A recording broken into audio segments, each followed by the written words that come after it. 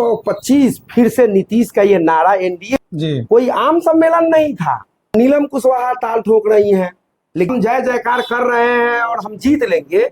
तो अजय कुमार जी को जिताने का काम करेंगे या नहीं करेंगे? सिर्फ रोड ही विकास में नहीं आता है, और वहां दारू का अड्डा बन गया, जंगल में चबूतरा। जी बोलते हैं कि बिहार में दारू बंद है, तो फिर दारू कहाँ से आया? सर वोट से जरूर जीतेंगे और इसको जीत के दिखा देंगे। चलिए, नमस्कार साथियों, आप लोगों का स्वागत है हमारे YouTube चैनल पे। कल 13 सितंबर को मीनापुर हाई स्कूल के प्रांगण में एनडीए द्वारा एनडीए कार्यकर्ता सम्मेलन हुआ था। उसको लेकर के आज 14 सितंबर 2025 को जदयू प्रखंड अध्यक्ष अभिषेक कुमार जी हमारे साथ जुड़े हुए हैं। तो चलिए हम इनसे बात करना चाहेंगे कि कल का कार्यक्रम कैसा रहा। तो सबसे पहले आपको हमारे चैनल पे स्वागत है सर। आपको भी बहुत बहुत धन्यवाद। सर, कल का जो एनडीए कार्यकर्ता सम्मेलन था, ये कैसा सर गुजरा? सबसे पहले तो हम आपके जितने भी दर्शक हैं उनको आपके चैनल के माध्यम से जो इस कार्यक्रम को देख रहे हैं, सुन रहे हैं, उनको बहुत बहुत बधाई। और कल के कार्यक्रम में जो भी लोग आए हैं इस चैनल के माध्यम से उनको भी हम आभार प्रकट करते हैं कि सभी लोग मिलकर इस कार्यक्रम को सफल बनाने में अपनी महती भूमिका निभाए हैं। उसके लिए पुनः उनको धन्यवाद देते हैं। कल का जो कार्यक्रम हुआ है जी, वो किसी से छुपने और छुपाने वाली बात है नहीं। बहुत लोग अपने फेसबुक का, अब तो सोशल मीडिया का जमाना आ गया है, बहुत लोग अपने सोशल मीडिया से भी, अपने प्लेटफॉर्म से भी डाले हैं। आपको प्रिंट मीडिया के भी लोग हैं जो अच्छा कवरेज किए हैं। तो देखिए, यहाँ मीनापुर में जो स्थिति है, एनडीए का जो समीकरण का जो वोट है वो हमेशा से जो महागठबंधन के वोट से अधिक रहा है। हम लोग तो 2005 से दिनेश प्रसाद यहाँ जदयू के टिकट पे चुनाव लड़ते रहे और हम लोग उनके साथ मदद करके और 3 बार वो विधायक और मंत्री भी बने। कल की जो स्थिति थी, थोड़ा सा वर्चस्व की स्थिति कायम करना लोग चाहे, लेकिन ऐसा हुआ नहीं। जो हमारे राष्ट्रीय कार्यकारी अध्यक्ष जो आए थे जदयू के, सांसद संजय झा जी माननीय जी, वो स्पष्ट रूप से ये बोल के गए कि यहाँ जय जयकारा से टिकट नहीं मिलती है। टिकट के लिए सभी दलों के साथ कॉम्बिनेशन बना के, और अब सभी 243 सीट कैसे हम अधिक से अधिक जीते, क्योंकि नीतीश 225 फिर से नीतीश का ये नारा एनडीए का नारा है। तो इस नारा को कैसे सार्थक करे, 243 में 225 सीट मुझे मिले, उस पर काम हो रहा है। एक मीनापुर ही मामला नहीं है, हम पहले भी बता चुके हैं और आज भी आपके चैनल से बताना चाहते हैं। कल की जो मीटिंग हुई है ये सिर्फ कार्यकर्ता सम्मेलन था जी, कोई आम सम्मेलन नहीं था, और इसमें महिलाएं बढ़ चढ़कर हिस्सा ली है। अब महिलाएं अब आम वोटर के रूप में नहीं आती हैं, अब वो अपने आप को कार्यकर्ता पेश करती है। और टेंगरारी से तो गाड़ी नहीं मिली, 2000 लोग एक पंचायत मेरे टेंगरारी से गए। अब समझ सकते हैं, हम अपने प्रखंड अध्यक्ष के हैसियत से, अपने पार्टी के हैसियत से कम 400 टेम्पू तो संगठन के था। उसके बाद जो भावी उम्मीदवार हैं, अब नीलम कुशवाहा ताल ठोक रही हैं, लेकिन मैं प्रखंड अध्यक्ष हूं, वो मेरी पत्नी है, लेकिन वहां भी मैं पति पत्नी के रिश्ता को अलग रखता हूं और मैं कोई भेदभाव नहीं करना चाहता हूं। मैं चाहता हूं कि जो पब्लिक और जो ऊपर की टीम है वो डिसीजन ले कि कौन ये चुनाव निकाल सकता है, किनको टिकट मिलेगा और किनको टिकट मिलेगा। अभी मीनापुर में एनडीए के द्वारा, मतलब एनडीए जो उम्मीदवार है अजय कुमार जी है, हो गए बीजेपी से, और जदयू से हो गए मनोज कुमार किसान जी हो गए, और साथ ही साथ एक पप्पू कुमार भी है, पंकज जी भी है, उनका भी है, साथ ही साथ आपकी धर्मपत्नी नीलम कुशवाहा जी का भी दावेदारी है। तो क्या इस बार किनको सीट मिलने की संभावना है? यही चीज मैं कहना चाह रहा हूं, ये यहाँ के लोग डिसीजन नहीं ले सकते हैं। मैं प्रखंड अध्यक्ष के नाते मेरा वर्क है संगठन को मजबूत करना। मान लीजिए ये अलायंस में, ऐसे तो जदयू की परंपरागत सीट है ये, और जदयू के कोटे में लोग उम्मीद करते हैं, भले ही बीजेपी के लोग, कोई भी आदमी उम्मीद करते हैं और आशा से ही लोग बंधे हुए रहते हैं। हर लोग आशावादी होते हैं और उस आशावादी में ही सब लोग अपनी अपनी इच्छा को प्रकट करते हैं।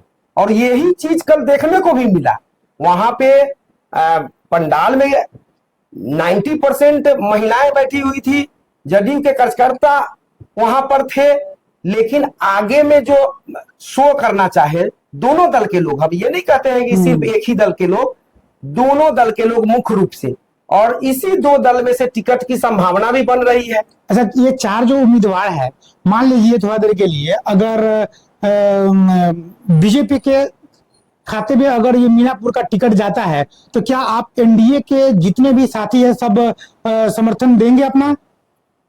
अब सभी लोगों की बात तो मैं नहीं करूंगा, लेकिन जहां तक संगठन की बात है, और मैं प्रखंड अध्यक्ष के नाते ये चीज मैं प्रूव कर चुका हूं। जिस समय मैं प्रखंड अध्यक्ष नहीं था, एक सच्चा कार्यकर्ता के नाते 2015 में मुखिया प्रतिनिधि तो थे ही, मेरा प्रभाव तो है ही, लेकिन जो बढ़ चढ़कर हिस्सा मैं लिया महागठबंधन में, जब मुन्ना जी को यहाँ टिकट मिल गई और महागठबंधन के अलायंस में जदयू को टिकट नहीं मिलकर, और इसकी सबसे बड़ी वजह है आपसी फूट।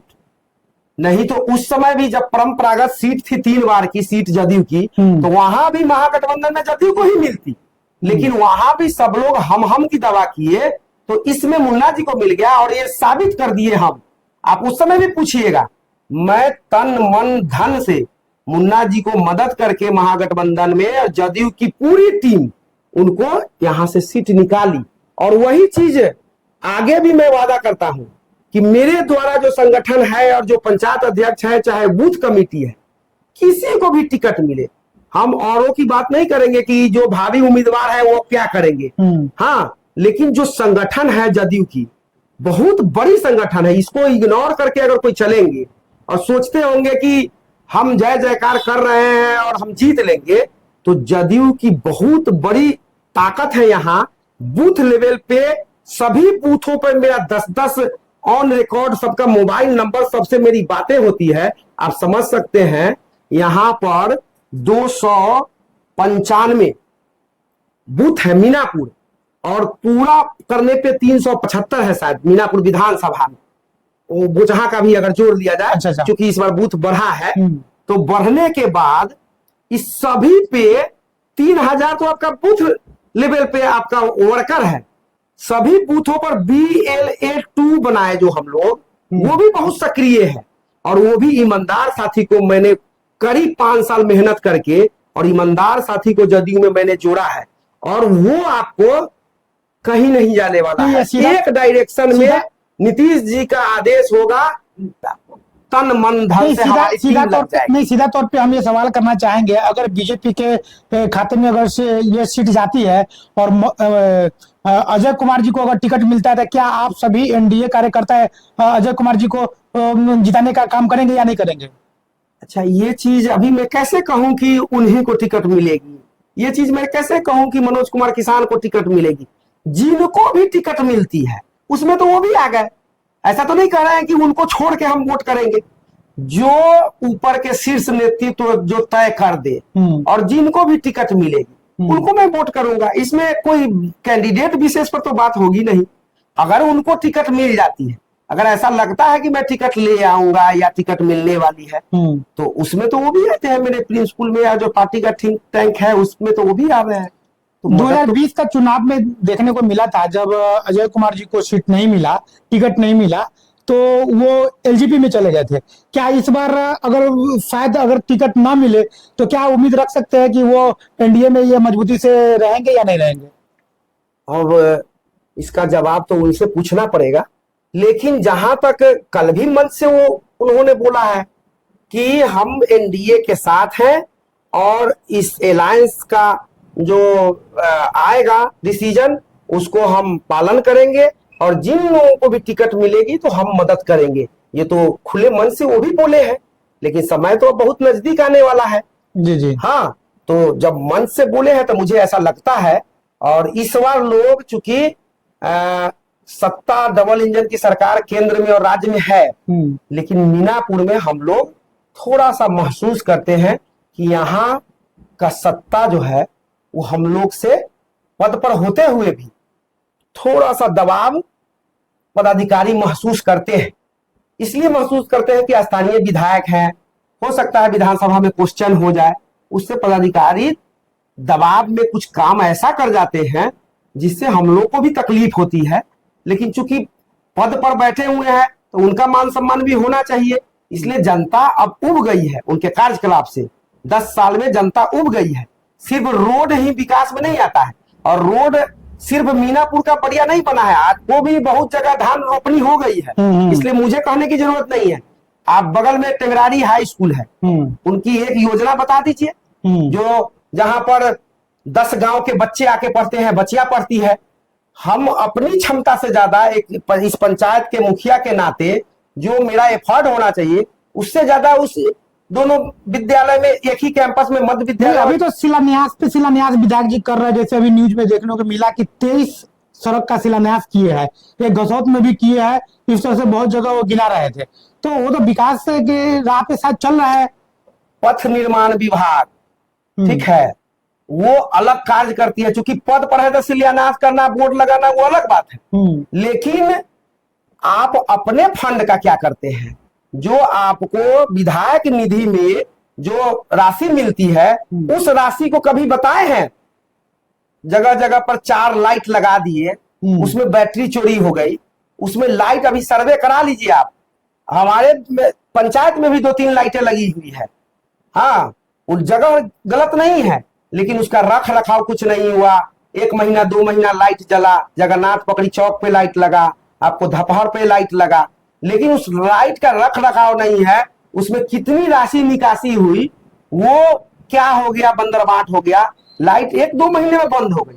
हम कहते हैं कि आप अपना जो आपको जो राशि मिलती है विधायक निधि का, आप उसको पब्लिश करिए, उसको लोगों के बीच में बताइए कि साल में आपको जो राशि मिली है उस राशि से आपने क्या करवाया।